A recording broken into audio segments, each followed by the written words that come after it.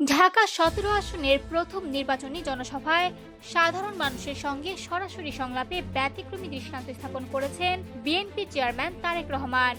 শুক্রবার সন্ধ্যায় রাজধানীর ভাসান থেকে আয়োজিত এই জনসভায় বক্তব্য শুরুর আগেই তিনি মঞ্চ থেকে নেমে বিভিন্ন পেশার মানুষের সঙ্গে কথা বলেন এবং এলাকার বাস্তব সমস্যাগুলো সরাসরি শোনেন।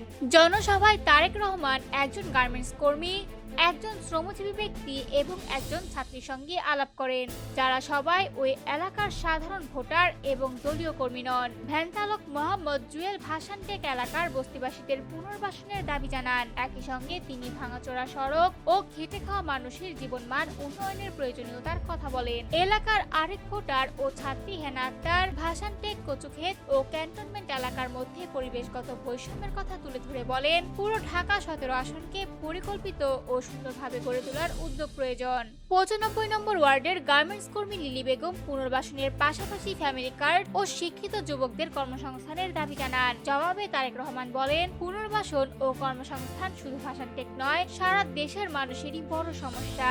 জনসভায় একটি ব্যতিক্রমী মুহূর্ত তৈরি হয় যখন এক ভোটার মঞ্চ থেকে স্বীকার করেন যে তিনি তারেক রহমানের গাছের পেয়ারা চুরি করে খেয়েছেন। উত্তরে তারেক রহমান হাসি মুখে ওই ভোটারকে নিজের জায়গায় পেয়ারা গাছ লাগানোর পরামর্শ দেন এবং ভবিষ্যতে ২টি পেয়ারা উপহার দেওয়ার অনুরোধ করেন। এই ঘটনাটি জনসভায় মানবিক ও স্বতঃস্ফূর্ত পরিবেশ তৈরি করে এবং উপস্থিত জনতার মধ্যে ব্যাপক আলোচনার জন্ম দেয়।